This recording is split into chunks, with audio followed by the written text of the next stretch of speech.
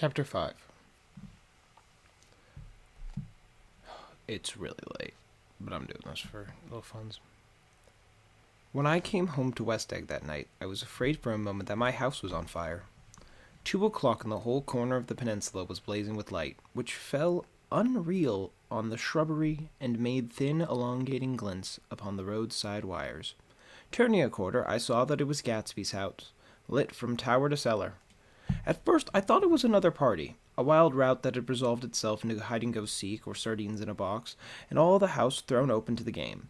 But there wasn't a sound, only wind in the trees, which blew the wires and made the lights go off and on again as if the house had winked in the darkness.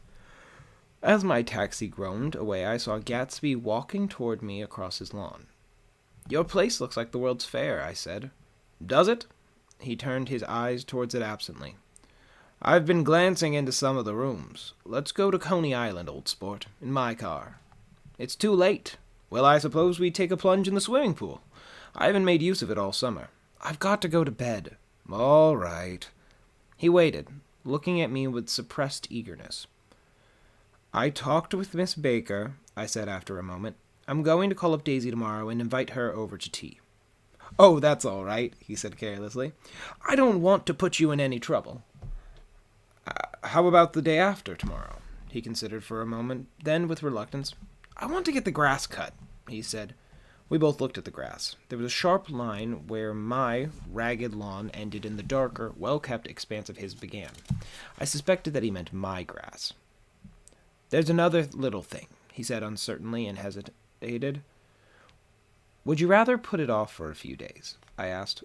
"Oh, it isn't about that, at least," he fumbled with a series of beginnings. I thought, look here, old sport, you don't make much money, do you?" "Not very much." This seemed to reassure him, and he continued more confidently. "I thought you didn't. If you'll beg my pardon, you see, I carry on a little business on the side, a sort of sideline, you understand, and I thought if you don't make very much, you're selling bonds, aren't you, old sport? Trying to? Well, this would interest you. It wouldn't take up much of your time, and you might pick up a nice bit of money. It happens to be a rather confidential sort of thing." I realize now that under different circumstances that conversation might have been one of my crises of my life. But because the offer was obviously and tactlessly for a service to be rendered, I had no choice except to cut him off there. "I've got my hands full," I said. "I'm much obligated, but I couldn't take on any more work." "I'm much obliged, sorry, but I couldn't take on any more work." "You wouldn't have to do any business with Wolfsheim." Evidently, he thought I was shying away from the connection mentioned at lunch. But I assured him he was wrong. He waited a moment longer, hoping I'd begin a conversation. But I was too absorbed to be responsive, so he went unwillingly home. The evening had made me lightheaded and happy. I think I walked into a deep sleep, so I entered my front door. So I don't know whether or not Gatsby went to Coney Island, or for how many hours he glanced into rooms. While his house blazed gaudily, I called up Daisy from the office next morning and invited her to come to tea. "Don't bring Tom," I warned. "What?" "Don't bring Tom." "Who is Tom?" she asked innocently. The day agreed upon was pouring rain. At 11 o'clock, a man in a raincoat dragging a lawnmower tapped on my front door and said that Mr. Gatsby had sent him over to cut my grass. This reminded me that I had forgotten to tell my Finn to come back, so I drove into West Egg Village to search for her among soggy, whitewashed alleys and to buy some cups and lemons and flowers. The flowers were unnecessary, for at 2 o'clock a greenhouse arrived from Gatsby's, with innumerable receptacles to contain it. An hour later the front door opened nervously, and Gatsby, in a white flannel suit, silver shirt, and gold-colored tie, hurried in. He was pale, and there were dark signs of sleeplessness beneath his eyes. "Is everything all right?" he asked immediately. "The grass looks fine, if that's what you mean." "What grass?" he inquired blankly. "Oh, the grass in the yard." He looked out the window at it, but judging from his expression, I don't believe he saw a thing. "Looks very good," he remarked vaguely. "One of the papers said they thought the rain would stop about 4. I think it was the Journal. Have you got everything you need in shape of tea?" I took him into the pantry, where we looked a little reproachfully at the Finn. Together we scrutinized the 12 lemon cakes from the delicatessen shop. Will they do? I asked. Of course! Of course! They're fine, and he added hollowly. Old sport. The rain cooled about 3:30 to a damp mist, through which occasional thin drops swam like dew. Gatsby looked with vacant eyes through a copy of Clay's Economics, starting at the finished tread that shook the kitchen floor and peering toward the bleared windows that, from time to time, as if a series of invisible but alarming happenings were taking place outside. Finally, he got up and informed me, in an uncertain voice, that he was going home. Why's that? Nobody's coming to tea. It's too late. He looked at his watch as if there were some pressing demand on his time elsewhere. I can't wait all day. Don't be silly. It's just 2 minutes to 4. He sat down miserably as if I had pushed him, and simultaneously there was the sound of a motor turning into my lane. We both jumped up, and a little harrowed myself, I went out into the yard. Under the dripping, bare lilac trees, a large open car was coming up the drive. It stopped. Daisy's face, tipped sideways beneath a 3-cornered lavender hat, looked out at me with a bright, ecstatic smile. Is this absolutely where you live, my dearest one? The exhilarating ripple of her voice was a wild tonic in the rain. I had to follow the sound of it for a moment, up and down with my ear alone. Before any words came through, a damp streak of hair lay in like a dash of blue paint across her cheek, and her hand was wet with glistening drops as I took it to help her from the car. Are you in love with me? She said low in my ear. Or why did I have to come alone? That's the secret of Castle Rackrent. Tell your chauffeur to go far away and spend an hour. Come back in an hour, Ferdy. Then in a grave murmur. His name is Ferdy. Does the gasoline affect his nose? I don't think so, she said innocently. Why? We went in. To my overwhelming surprise, the living room was deserted. Well, that's funny, I exclaimed. What's funny? She turned her head as there was a light, dignified knocking at the front door. I went out and opened it. Gatsby, pale as death, with his hands plunged like weights in his coat pockets, was standing in a puddle of water, glaring tragically into my eyes. With his hands still in his coat pockets, he stalked by me into the hall, turned sharply, as if he were on a wire, and disappeared into the living room. It wasn't a bit funny.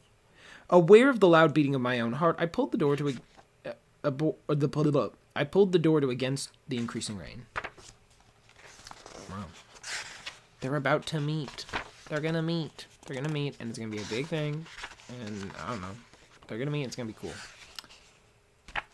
Let's continue.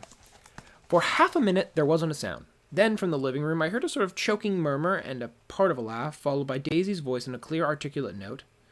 I certainly am awfully glad to see you again. A pause. It endured horribly.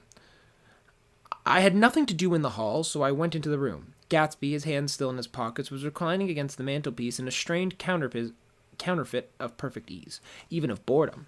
His head leaned back so far that it rested against the face of a defunct mantelpiece clock, and from this position his distraught eyes stared down at Daisy, who was sitting, frightened but graceful, on the edge of a stiff chair. We've met before, muttered Gatsby. His eyes glanced momentarily at me, and his lips parted with an abortive attempt at a laugh. Luckily, the clock took this moment to tilt dangerously on the pressure of his head, whereupon he turned and caught it with trembling fingers and sat it back in place.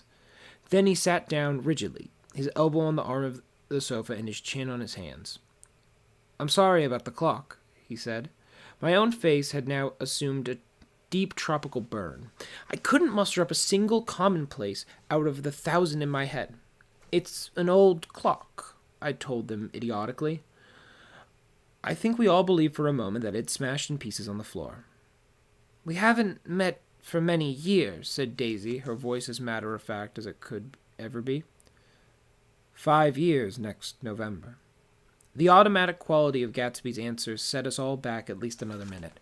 I had them both on their feet with the desperate suggestion that they help me make tea in the kitchen. Then the demoniac Finn brought it on a tray. Amid the welcome confusion of cups and cakes, a certain physical decency established itself. Gatsby got himself into a shadow, and while Daisy and I talked, looked conscientiously from one to the other of us with tense, unhappy eyes. However, as calmness wasn't an end in itself, I made an excuse at the first possible moment and got to my feet. Where are you going? Demanded Gatsby in an immediate alarm. I'll be back. I've got to speak to you about something before you go. He followed me wildly into the kitchen, closed the door, and whispered, "Oh, God!" in a miserable way. "What's the matter?" "This is a terrible mistake," he said, shaking his head from side to side. "A terrible, terrible mistake." "You're just embarrassed, that's all." And luckily, I added, "Daisy's embarrassed too." "She's embarrassed?" he repeated incredulously. "Just as much as you are." "Don't talk so loud." "You're talking like a little boy," I broke out impatiently. "Not only that, but you're rude. Daisy's sitting in there all alone." He raised his hand to stop my words, looked at me with unforgettable reproach, and, opening the door cautiously, went back into the other room.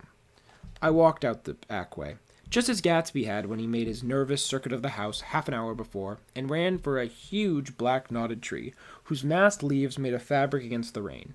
Once more it was pouring, and my irregular lawn, well shaved by Gatsby's gardener, abounded in small muddy swamps and prehistoric marshes. There was nothing to look at from under the tree except Gatsby's enormous house, so I stared at it, like Kant at his church steeple, for half an hour. A brewer had built it early in the period craze, a decade before, and there was a story that he'd agreed to pay 5 years' taxes on all the neighboring cottages if the owners would have their roofs thawed with straw. Perhaps the refusal took the heart out of his plan to found a family.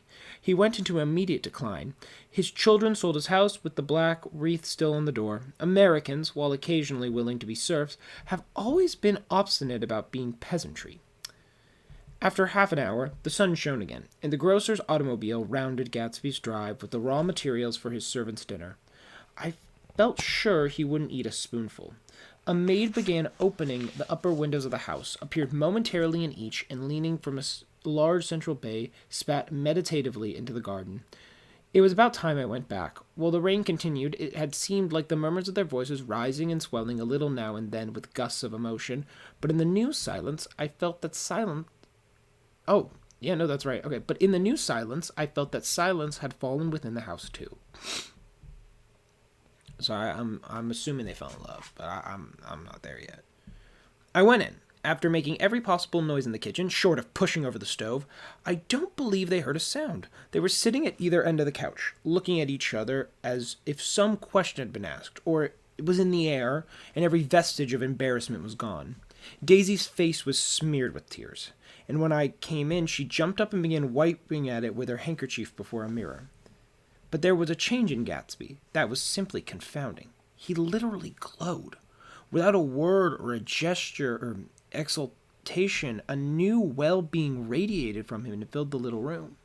"Oh, hello, old sport," he said as if he hadn't seen me for years. I thought for a moment he was going to shake hands. "It stopped raining." "Has it?" When he realized what I was talking about, that there were twinkle bells of sunshine in the room, he smiled like a weatherman, like an ecstatic patron of the recurrent light, and repeated the news to Daisy. "What do you think of that? It stopped raining." "I'm glad, Jay." Her throat, full of aching, grieving beauty, told only of her unexpected joy. "I want you and Daisy to come over to my house," he said. "I'd like to show her around." "You're sure you want me to come?" "Absolutely, old sport."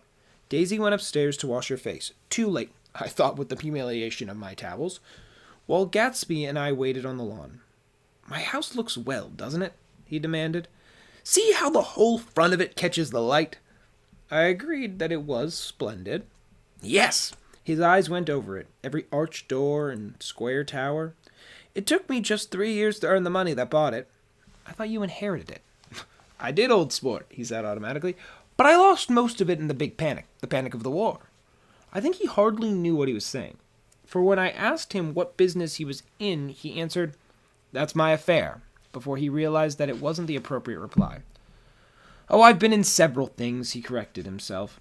"I was in the drug business, and then I was in the oil business, but I'm not in either one now." He looked at me with more attention. "Do you mean you've been thinking over what I proposed the other night?" Before I could answer, Daisy came out of the house, and 2 rows of brass buttons on her dress gleamed in the sunlight. "That huge place there?" she cried, pointing. "Do you like it?" "I love it, but I don't see how you live there all alone." I keep it always full of interesting people, night and day. People who do interesting things. Celebrated people. Instead of taking the shortcut along the Sound, we went down the road and entered the big postard. What is a postard?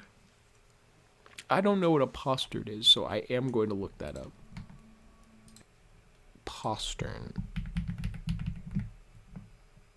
No, not poster N. A small, often concealed back door or gate uses private or secondary entrance, and it's a medieval styling. So, you're welcome. Okay, I'll just go back a second. Instead of taking the shortcut along the Sound, we went down the road and entered by the big postern. With enchanting murmurs, Daisy admired this aspect or that of the feudal silhouette against the sky, admired the gardens, the sparkling odors of jonquils, and the frothy odor of hawthorn and plum blossoms, and the pale gold odor of kiss me at the gate. It was strange to reach the marble steps and find no stir of bright dresses in and out the door, and hear no sound but bird voices in the trees. And inside, as we wandered through Marie Antoinette music rooms and restoration salons, I felt there were guests concealed behind every couch and table, under orders to be breathlessly silent until we had passed through. As Gatsby closed the door of the Merton College library, I could have sworn I heard the owl-eyed man break into ghostly laughter. We went upstairs, through period bedrooms swayed in roses and lavender silk and vivid with new flowers, though dressing rooms and pool rooms and bathrooms with sunken baths intruding into one chamber where a disheveled man in pajamas was doing liver exercises on the floor. It was Mr. Klipspringer, the boarder. I had seen him wandering hungrily about the beach that morning. Finally, we came to Gatsby's own apartment, a bedroom and a bath, and an Adam's study, where he sat down and drank a glass of some chartreuse he took from a cupboard in the wall.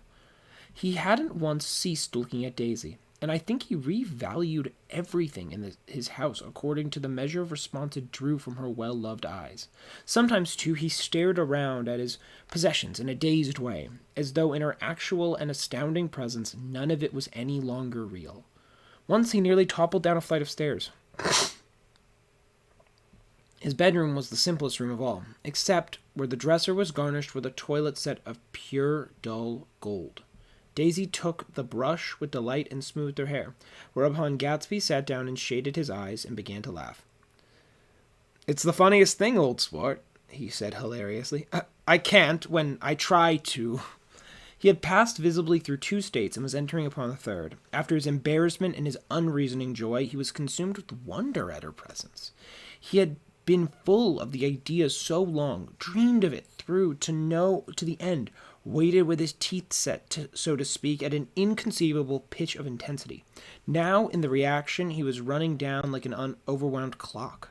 Recovering himself in a minute, he opened for us 2 hulking patent cabinets, which held his mass suits and dressing gowns and ties, and his shirts piled like bricks in stacks a dozen high. I've got a man in England who buys me clothes. He sends over a selection of things at the beginning of each season, spring and fall. He took out a pile of shirts and began throwing them one by one before us, shirts of sheer linen and thick silk and fine flannel, which lost their folds as they fell and covered the table in a many-colored disarray. While he admired, he brought more, and the soft, rich heap mounted higher, shirts with stripes and scrolls and plaids and coral and apple green and lavender and faint orange and monograms of Indian blue. Suddenly, with a restrained sound, Daisy bent her head into the shirts and began to cry stormily. "They're such beautiful shirts," she sobbed, her voice muffled in the thick folds. "It makes me sad because I've never seen such beautiful shirts before." After the house, we were to see the grounds and the swimming pool and the hydroplane and the midsummer flowers, but outside Gatsby's window it began to rain again, so we stood in a row looking at the corrugated surface of the Sound. "If it wasn't for the mist, we could see your home across the bay," said Gatsby. "You always have a green light that burns all night at the end of your dock." Daisy put her arm through his abruptly, but he seemed absorbed in what he had just said. Possibly it had occurred to him that the colossal significance of the light had now vanished forever. Compared to the great distance that had separated him from Daisy, it had seemed very near to her, almost touching her. It had seemed as close as a star to the moon. Now it was again a green light on a dock. His count of enchanted objects had diminished by one. I began to walk about the room, examining various indefinite objects in the half-darkness. A large photograph of an elderly man in yachting costume attracted me, hung on the wall over his desk. "Who's this?" That's Mr. Dan Cody, old sport." The name sounded faintly familiar. "He's dead now. He used to be my best friend years ago." There was a small picture of Gatsby, also in yachting costume, and the bureau. Gatsby with his head thrown back defiantly. Taken apparently when he was about 18. "I adore it!" exclaimed Daisy. "The pompadour! You never told me you had a pompadour or a yacht." "Look at this," said Gatsby quickly. "Here's a lot of clippings about you." They stood side by side examining it. I was going to ask to see the rubies when the phone rang, and Gatsby took up the receiver. "Yes?" "Well, I can't talk now. Old sport. I said a small town." "He must know what a small town is." "Well, he's no use to us if Detroit is his idea of a small town." He rang off. "Come here quick!" "Come here quick!" cried Daisy at the window. The rain was still falling, but the darkness had parted in the west, and there was a pink and golden row of foamy clouds above the sea.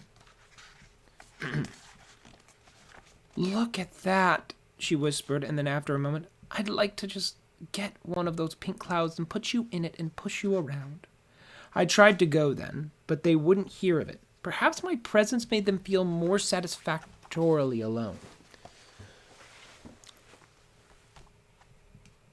"I know what we'll do," said Gatsby. "We'll have Klipspringer play the piano." He went out of the room, calling, "Ewing!" and returned in a few minutes accompanied by an embarrassed, slightly worn young man with shell-rimmed glasses and scanty blonde hair. He was now decently clothed in a sports shirt, open at the neck, sneakers, and duck trousers of a nebulous hue. "Did we interrupt your exercises?" inquired Daisy politely. "I was asleep," cried Mr. Klipspringer in a spasm of embarrassment. "That is, I'd been asleep. Then I got up." "Klipspringer plays the piano," said Gatsby, cutting him off. "Don't you, Ewing, old sport?" "I don't play. I don't. I hardly play at all. I'm all out of prac." "We'll go downstairs," interrupted Gatsby. He flipped a switch. The gray windows disappeared as the house glowed full of light. In the music room, Gatsby turned on a solitary lamp beside the piano. He lit Daisy's cigarette with a trembling match and sat down with her on a couch far across the room, where there was no light save what the gleaming floor bounced in from the hall. When Klipspringer had played The Love Nest, he turned around on the bench and searched unhappily for Gatsby in the gloom. "I'm out of practice, you see. I told you I couldn't play. I'm all out of "Don't talk so much, old sport," commanded Gatsby. "Play." "In the morning, in the evening, ain't we got fun?" Outside, the wind was loud, and there was a faint glow of thunder along the sound. All the lights were going on in West Egg now. The electric trains men carrying were plunging home from the rain, New York. We're plunging home from the rain from New York. It was the hour of a profound human change, and excitement was generating on the air. The song continues. "One thing's sure, and nothing's surer. The rich get richer, and the poor get children. In the meantime, in between time." And I guess, as I went over to say goodbye, I saw the expression of bewilderment had come back into Gatsby's face, as though a faint doubt had occurred to him as to the quality of his present happiness. Almost 5 years. There must have been moments, even that afternoon, when Daisy tumbled short of his dreams.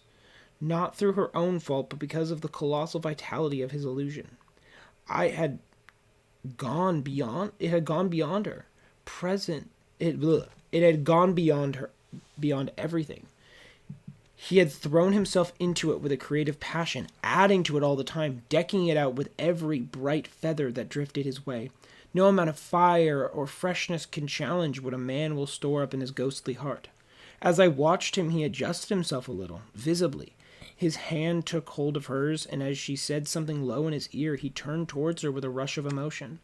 I think that voice held him most, with its fluctuating, feverish warmth, because it couldn't be overdreamed. That voice was a deathless song. They had forgotten me, but Daisy glanced up and held out her hand. Gatsby didn't know me now at all. I looked once more at them, and they looked back at me, remotely, possessed by intense life. Then I went out of the room and down the marble steps in the rain, leaving them there together. End of chapter 5. They're cute together. I like them.